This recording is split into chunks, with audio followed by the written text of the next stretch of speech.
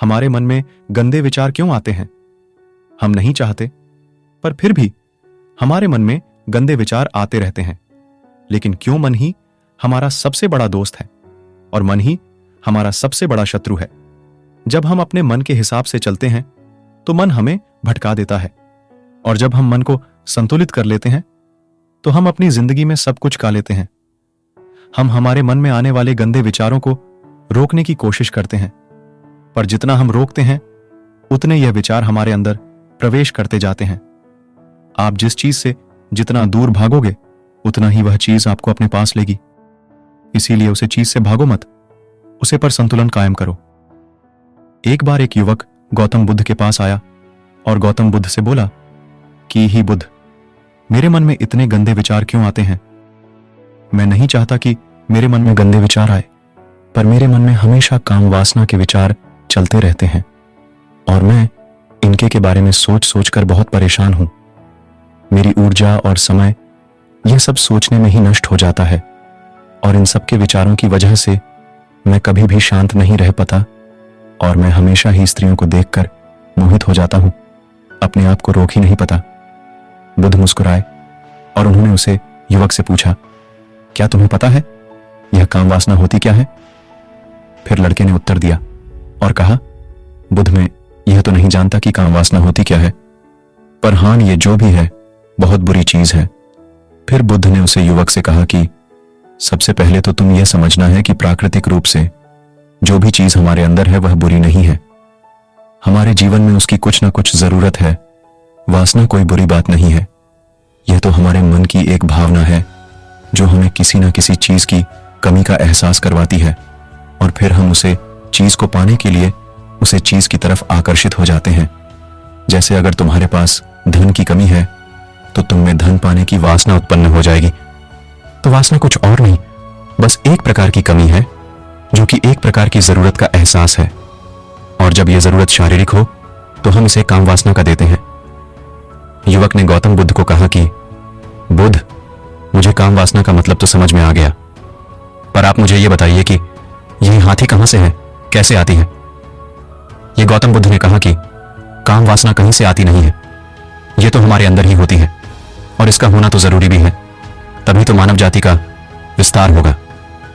युवक ने कहा, जब यह हमारे अंदर ही है और जरूरी भी है तो फिर लोग इसे गलत क्यों बोलते हैं?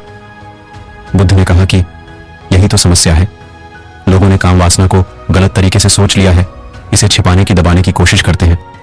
काम वासना गलत नहीं है, बल्कि काम वासना का गलत तरीके से प्रयोग करना गलत बात है। लोग जिससे प्रेम करते हैं बस उसी के लिए जीने लग जाते हैं, उसे पाना ही अपना लक्ष्य बना लेते हैं और उसी के बारे में हमेशा सोचते रहते हैं, पर यह सब गलत है। बुद्ध ने योग से कहा, क्या तुम्हें पता है जानवरों में भी कम वासना होती है? युवक ने उत्तर दिया, हां बुद्ध, जानवरों में भी काम वासना होती है, क्योंकि जानवर भी तो आखिर अपनी पीढ़ी को आगे बढ़ाएंगे। बुद्ध ने कहा, तो फिर हम जानवरों की काम वासना को गलत क्यों नहीं कहते? युवक ने कहा, मुझे नहीं पता, महात्मा आप ही मुझे बताइए। गौतम बुद्ध ने कहा कि जानवर अपनी काम वासना का प्रयोग आनंद प्राप्ति के लिए नहीं करते, वह तो सिर्फ संतान उत्पन्न करने के लिए काम वासना का उपयोग करते हैं। जानवरों को प्रकृति ने इतनी समझ नहीं दी कि वह काम वासना को अपने सुख का आधार बना सके, जबकि मनुष्य अपनी समझ के बलबूते पर प्रकृति में पाई जाने वाली प्रत्येक वस्तु को अपने सुख के लिए अपने प्रयोग करता है। हम इंसानों ने ही काम वासना को अपने सुख का साधन बना लिया है, जबकि प्रकृति ने तो हमें अपने वंश को आगे बढ़ाने के लिए दिया था, लेकिन इंसानों ने इसे अपने जीवन का परम लक्ष्य बना रखा है, और इस तरह से काम वासना का बेलगाम हो जाना गलत है। युवक ने मुझसे पूछा, महात्मा जी, ये काम वासना हम पर हावी क्यों होती है, क्यों यह बेलगाम हो जाती है? तब गौतम बुद्ध ने कहा कि सुनो, अब जो मैं तुम्हें बताऊंगा उसे तुम ध्यानपूर्वक सुनना। काम वासना का सारा खेल तुम्हें समझे जाएगा, तुम्हें तुम्हारे सारे सवालों का जवाब मिल जाएगा, बस तुम्हें ध्यान से सुनकर समझना है। फिर गौतम बुद्ध युवक को बताना शुरू करते हैं। एक बार की बात है, एक आश्रम में गुरु और उनके शिष्य रहा करते थे, जिससे रोजाना आश्रम के बाहर स्थित गांव में दीक्षा लेने के लिए जाते थे। उसे आश्रम का एक शिष्य जिस गांव में भिक्षा लेने जाता था, उसे रास्ते में एक नदी पद्धति थी जिससे रोज उसी रास्ते से भिक्षा लेने जाता था। एक दिन उसने देखा कि एक लड़का पेड़ के पीछे छिपा है। वह उस लड़के के पास गया और उससे जाकर बोला, भाई तुम इस पेड़ के पीछे छिपकर क्या देख रहे हो? लड़के ने कहा, अरे तुझे नहीं दिख रहा क्या कि मैं क्या देख रहा हूं? तब साइज ने नदी की तरफ देखा तो वहां पर कुछ लड़कियां पानी भर रही थीं। वो लड़कियां 14-15 साल की होगी। तब से ने उसे लड़के से कहा, अरे भाई वहां पर तो लड़कियां पानी भर रही हैं, इसमें छिपकर देखने वाली क्या बात है? तब वो लड़का शीशे की तरफ देखकर उससे कहता है, अरे पागल तुम्हें दिखाई नहीं दे रहा क्या कि कैसे ये परिया नदी से पानी निकल रही है? जरा उनकी अदाओं को तो देखो, उनके कोमल शरीर को देखो, उनकी पतली कमर मटके को उठाते समय बाल खाती है और उनके बाल उनकी कमर पर कैसे लहरा रहे हैं, मानो सुंदरता बिखरी पड़ी हो। जिससे ने फिर नदी की तरफ से कहा और इस बार वह इससे देखता ही चला गया। अभी तक तो कुछ भी नजर नहीं आ रहा था और वह बिल्कुल निर्भय था। उसे किसी भी बात का कोई डर नहीं था, लेकिन अब वो छिपने लगा और उन लड़कियों को देखने लगा जैसे उसने कोई अपराध कर दिया हो। और जब वो छिपकर उन लड़कियों को देख रहा था, तभी वो अचानक अंदर से कौंप गया और उसने कहा कि ये मैं क्या कर रहा हूं? मैं जो कर रहा हूं वो सही नहीं है, मुझे यहां से चले जाना चाहिए। और फिर वह जल्दी से वहां से चला गया। वो आश्रम पहुंच जाता है। आश्रम जाकर वो अपने कार्यों में लग गया, लेकिन जो अभी वह देखकर आया था वही उसकी आंखों के सामने बार बार आ रहा था। उसके मन में वही दृश्य चल रहा था। उसका मन वही सब कुछ देखने के लिए लड़ाई हो रहा था। उसका किसी भी काम में मन नहीं लग रहा था। सुबह होते ही वह रोज जल्दी ही भिक्षा के लिए आश्रम से निकल जाता और उसे नदी के पास वाले पेड्डी के पास जाता, जहां पर वह लड़का पहले से मौजूद रहता था। उसके साथ मिलकर लड़कियों को छुप छुप कर देखता था। अब वह इससे रोज ऐसा करने लग गया। यह उसके रोज का काम हो गया। अब उसे शिष्य का मन किसी भी कम में नहीं लगता था। वो हमेशा ही किसी ना किसी प्रकार के विचार में उलझा रहता। वो आश्रम के कार्यों को भी ठीक ढंग से नहीं कर पा रहा था। ना वो ठीक से सो पाता था, ना वो ठीक से खाना खा पाता था। उसका मन बेचैन सा रहता था। उसका मन बार बार उन लड़कियों के सौंदर्य को देखने के लिए लालायित हरता था। जब गुरु भिक्षा देते तब भी उसे हिस्से का मन कहीं और विचारों में खोया रहता था। गुरु ने अपने शिष्य की इन हरकतों को बाप लिया था। तब एक दिन गुरु ने शिष्य को अपने पास बुलाया और कहा कि आज से मैं भी तुम्हारे साथ भिक्षा मांगने चलूंगा। तुम और मैं साथ साथ भिक्षा मांगने चलेंगे। तभी सृजन गुरु को माना करते हुए बोला, नहीं गुरुदेव, आप परेशान क्यों हो रहे हो? मैं अकेला ही ठीक से भिक्षा मांग सकता हूं। गुरु ने शिष्य से कहा कि ठीक है, तुम अकेले ही भिक्षा मांगने जाओ, जिससे तुरंत वहां से भिक्षा मांगने के लिए निकल गया। हिस्से को जाने के बाद गुरु भी आश्रम से निकल गए और शीशे का पीछा करने लगे कि वो कहां जाता है, किस मिलता है। यह सब देखने के लिए उसके पीछे पीछे चलने लगे।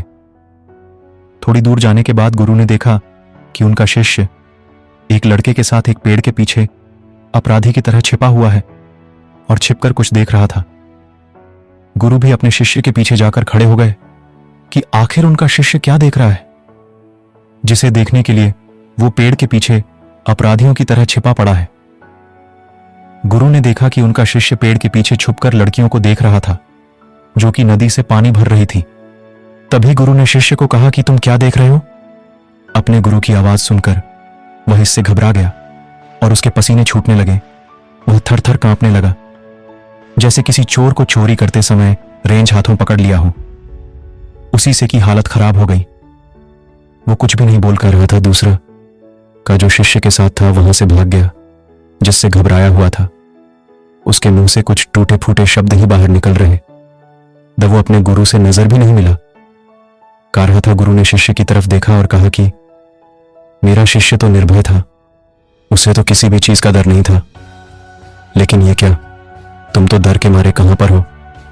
जिससे इन्हें गुरु से कहा कि मुझे माफ कर दो गुरुदेव, मेरा इसमें कोई दोस्त नहीं है।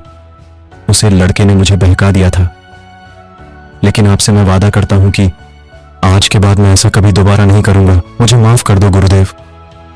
गुरु ने शिष्य से कहा कि कोई बात नहीं, पर इस बात का तुम ध्यान रखना कि हम जैसी संगति करते हैं वैसा ही फल हमें प्राप्त होता है।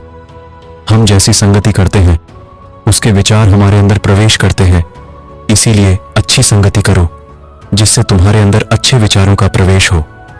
फिर गुरु और शिष्य आश्रम लौट आए और फिर आश्रम के कार्यों पर ध्यान देने लगा। उसने उसे रास्ते को छोड़ दिया और दूसरे रास्ते से जाने लगा।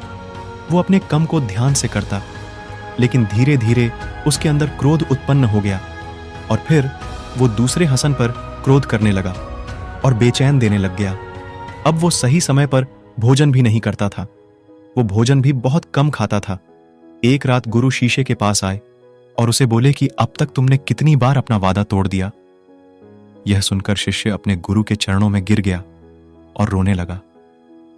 रोते रोते ही उसने गुरु से कहा कि गुरुदेव, मैं कई बार अपना वादा टूट चुका हूं, फिर वादा कर लेता हूं, लेकिन हर बार मैं वादा तोड़ देता हूं। मेरा मन मेरे नियंत्रण में है ही नहीं। मैं बहुत कोशिश करता हूं कि मैं अपने मन से सारे बुरे विचारों को निकल डन, लेकिन मैं चाहकर भी ऐसा नहीं कर पा रहा हूं। फिर गुरु ने शिष्य को कहा कि चलो मेरे साथ। गुरु शिष्य को आश्रम के बगीचे में लेकर गए और किसी से कहा कि देखो, यहां पर कुछिया बनी हुई है जिससे नदी का पानी इन पौधों तक आ रहा है और यह पानी एक निरंतर भाव से आ रहा है। क्या तुम इस पानी के बहाव को रोक सकते हो? शिष्य ने कहा कि हां गुरुदेव, मैं इस बहाव को रोक सकता हूं। फिर शिष्य ने मिट्टी उठाकर उसे नाली में दल दी। वो पानी थोड़ी देर के लिए रुक गया और फिर थोड़ी देर बाद उसे रेत के ऊपर से पानी ए गया। गुरु ने शिष्य से कहा, अरे ये क्या, ये तो पानी रुका ही नहीं। फिर से ने कुछ कंकर पत्थर उठाकर उसे नाली में दल दिए और फिर थोड़ी देर के लिए पानी रुक गया, लेकिन फिर थोड़ी देर बाद ही उन कंकड़ पत्थर के ऊपर से पानी निकल आया। फिर गुरु ने कहा कि इससे ये क्या हुआ, पानी तो फिर से ए गया। तुम तो बोल रहे थे कि तुम इसे रोक दोगे। क्या हम किसी कम को रोकना चाहे तो क्या हम उसे रोक नहीं सकते? तब सीसी ने कहा, कोई बात नहीं गुरुदेव, मैं इस पानी को तो आपको रोक के दिखाऊंगा। फिर वह फिर से एक बड़ा सा पत्थर लेकर आया और उसे नाली पर दल दिया और पानी रुक गया। तब गुरु से कहा कि देखा गुरुदेव, मैंने कहा था ना कि पानी को मैं रोक दूंगा। मैंने पानी को रोक दिखाया, आपकी बात मैंने पूरी कर दी। गुरु मुस्कुराए और बोले, अच्छा जरा ध्यान से देखो, पानी रुक गया क्या? वो तो पीछे की नाली तोड़कर बाहर आ गया और अगल बगल से बह रहा है। और ध्यान से देखो, इस पत्थर की आगे भी ए गया और यह पानी अपना रास्ता बदलकर फिर से आगे की तरफ बह जाएगा। और फिर थोड़ी देर बाद ऐसा ही हुआ। फिर गुरु ने शिष्य को समझाया कि तुम्हारे साथ भी तो ऐसा ही चल रहा है। तुम बार बार प्रयास कर रहे हो, बड़े से बड़ा प्रयास कर रहे हो, पर हर बार तुम्हारा प्रयास टूट रहा है और यह हमेशा टूटता ही रहेगा।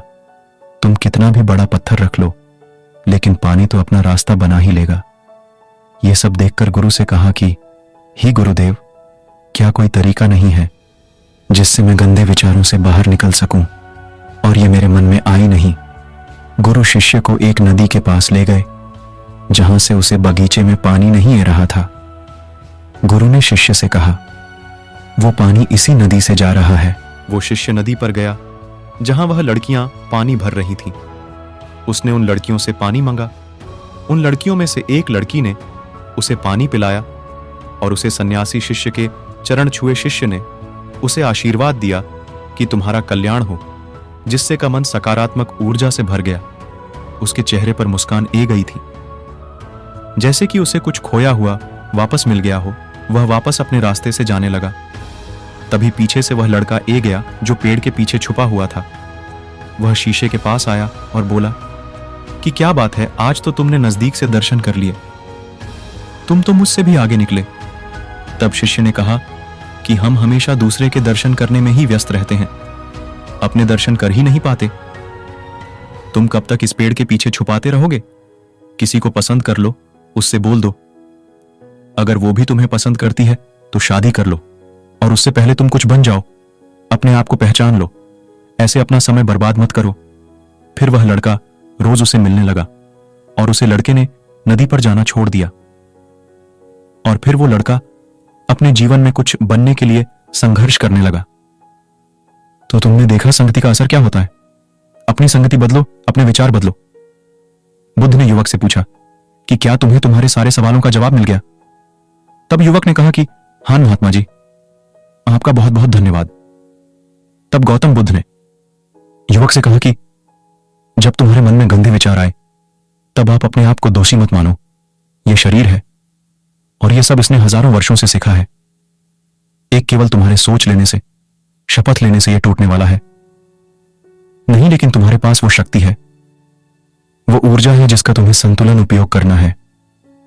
तुम एक जीवित ऊर्जा हो जो कुछ भी अनुभव करने के लिए स्वतंत्र है, जो निर्माण करने के लिए स्वतंत्र है। इसीलिए तुम अपने आप को पहचानो। यह बोलकर गौतम बुद्ध मोहन हो गए और वो युवक वहां से चला गया। अगर हम यहीं से उसे रास्ते को बंद कर दें जहां से पानी बगीचे में जा रहा है, तब क्या हम पानी को रोक नहीं सकते। जिससे ने कहा कि हान गुरुदेव, अवश्य ऐसा हो सकता है। मैं इस पानी को यहीं से बंद कर देता हूं, तब आगे की नाली में पानी जाएगा ही नहीं और फिर बगीचे में पानी जाएगा ही नहीं। फिर से इन्हें नदी से जाने वाले रास्ते को बहुत मेहनत करके पत्थर और मिट्टी डालकर बंद कर दिया और गुरु से कहा कि गुरुदेव, मैंने पानी को बंद कर दिया है, अब यह पानी बगीचे में जाएगा ही नहीं। तब गुरु ने कहा, किसी से अगर पानी बगीचे में नहीं जाएगा तो पेड़ पौधों को पानी कहां से मिलेगा। उन पेड़ पौधों को तो पानी की आवश्यकता है और उन पेड़ पौधों में कुछ पेड़ पौधे तो ऐसे हैं जिनको रोज पानी की आवश्यकता है। वह तो मुरझाकर मर ही जाएंगे, उनका क्या होगा। पानी तो हमें खोलना ही होगा। जिससे ने गुरु की बात सुनकर वापस नदी से जाने वाले पानी का रास्ता खोल दिया। तब गुरु ने शिष्य से पूछा, जिससे अगर हम इस नदी के पूरे पानी को बगीचे की तरफ मोड़ दें तो क्या होगा। तब साईं जवाब दिया कि गुरुदेव, वहां पर जितने भी पेड़ पौधे हैं वो गलकर नष्ट हो जाएंगे, वहां पर कुछ नहीं बचेगा। फिर गुरु मुस्कुराए और बोले, तुम इस बात को समझो कि हमें किसी भी चीज को रोकना नहीं है, बस हमें हमेशा संतुलन बनाए रखना है। कम पानी से भी पौधे नष्ट होते हैं और ज्यादा पानी से भी पौधे नष्ट होते हैं। हमारा जीवन संतुलन से ही चलता है। गुरु ने शिष्य से कहा कि अगर मैं तुम्हें कुछ कहूं कि तुम आम के बारे में मत सोचो तो तुम्हारे मन में सबसे पहले किसका चित्र आएगा। शिष्य ने कहा कि गुरुदेव, मेरे मन में तो पहला चित्र आम का ही आएगा। गुरु ने कहा कि जब हम गंदे विचारों को जबरदस्ती रोकने का प्रयास करते हैं तो वह और मजबूती के साथ हमारे अंदर प्रवेश करते हैं, हमारे अंदर उठाते हैं। इसीलिए हमें उन्हें कभी भी दबाने की कोशिश नहीं करनी चाहिए। फिर गुरु ने शिष्य को जाते हुए कहा कि हमारे गंदे विचार बुरे लोगों की संगति करने की वजह से भी आते हैं। कई बार क्या होता है कि कामुकता हमारे अंदर होती नहीं है, लेकिन कुछ अश्लील लोगों के साथ रहने की वजह से ये हमारे अंदर हावी हो जाती है। फिर शिष्य ने कहा कि गुरुदेव, आप सही कर रहे हैं, मैं अपने मार्ग से भटक गया था। फिर वो शिष्य उसे रात बहुत ही चैन की नींद सोया। सुबह अपने कार्यों को पूरे मन से किया और फिर सुबह वो भिक्षा लेने के लिए उसी रास्ते से गया जहां वह लड़का आज भी पेड़ के पीछे छुपकर इन लड़कियों को देख रहा था।